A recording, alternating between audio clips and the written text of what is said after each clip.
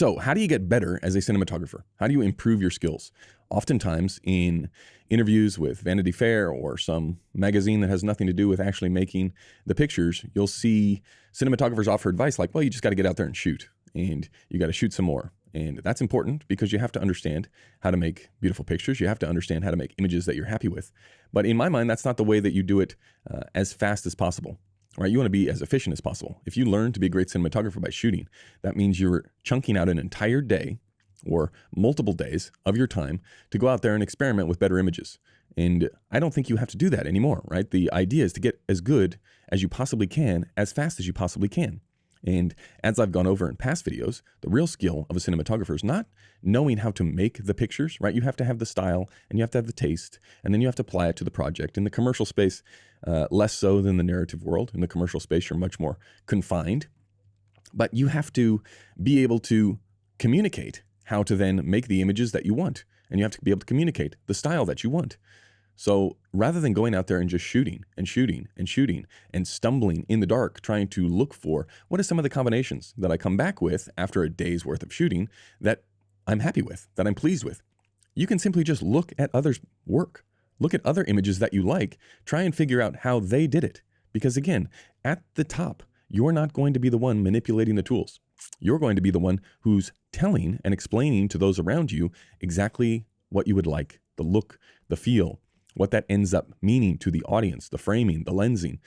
All of those things are going to be where you get better. So the more that you can improve your style repertoire, as in the more cards you have at your disposal of, oh, I know what to do. If we've got two people talking at the bar, these are the three looks that I like. I know how to explain each of these three looks. I don't have to know anything about the camera, anything about the light, anything about the lenses. I just know these are my options. I know if I have two people face to face that are having a conversation, I know there's probably 4 possibilities that I can do. And I know what each of those look like. Not only that, not only do I know what they look like, but I can explain exactly the look that I want. And all of the people in the team around you then go out there and make it happen. What's even more important than knowing what you want is knowing the pitfalls, knowing what obstacles you're going to come up against once you select one of those options that you're going to go with. And it sounds formulaic, and it sounds like it might be boring, or it's much more craftsman than it is artist. But in a sense, you're going to find, especially in the commercial space, you're shooting the same things over and over and over and over again. And it's problem solving that is the skill. It's reaching out into the future. Once you see the boards, once you get the brief, once you have the conversations with the director, you see all of those things and you say, okay, well, this is the thing that I want. And I measure success in my own career as, does the picture that I have in my mind's eye, is that what I get ultimately on the day? Because the closer I can narrow that gap between what I wanted and what I actually got, that shows me how my skills as a cinematographer are improving. And what has been most beneficial to me is, yes, going out and shooting is important, especially early on, because you want to understand the rhythm. You want to understand how much time you have on a set. You want to understand what you can and can't get away with. You want to understand exactly how long it takes to put up a 18K. You want to understand exactly how long it takes to build a 12 by frame, or to see what frame is the right size inside. And probably you're going to make a mistake and say, well, it'd be a good idea if we really soften off this light in the living room. And you're going to say, let's just make the biggest source possible. So you're going to frame up, I don't know, like you're going to T-bar like a 12 by 12 frame. And then you realize, like, this is way too big for the space, right? You do that once and then you never forget. So at the beginning of your career, yes, you have to go out and get accustomed to the rhythm of filmmaking, especially in larger crews. Once you do that, none of that actually matters. Once you do that, it's about, can you come up with the look that you want, and can you communicate that look with those around you? So look and ingest as many images as you can from styles that you like. Try and piece together what are the common variables.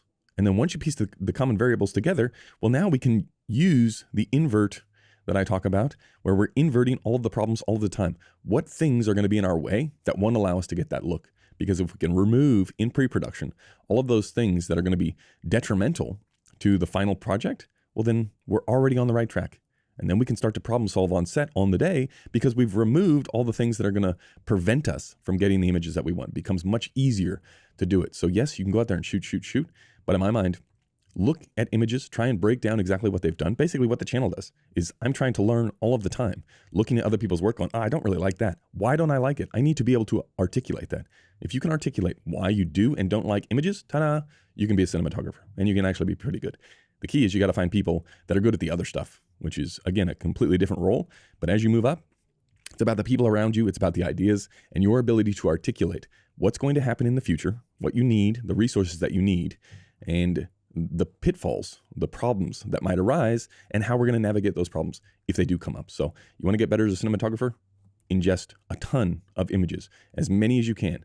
Figure out what you like and don't like, and be able to articulate in each image the problems or the good things, and lean into developing a system then to get you closer to the things that you like. And that is essentially what the framework is, right? That's my looking at hundreds of thousands of images of films, of commercials, and deciding this is the style that I like. These are the key elements. And if I know that to be the case, I don't have to worry about that when I'm on set, because I'm already halfway there.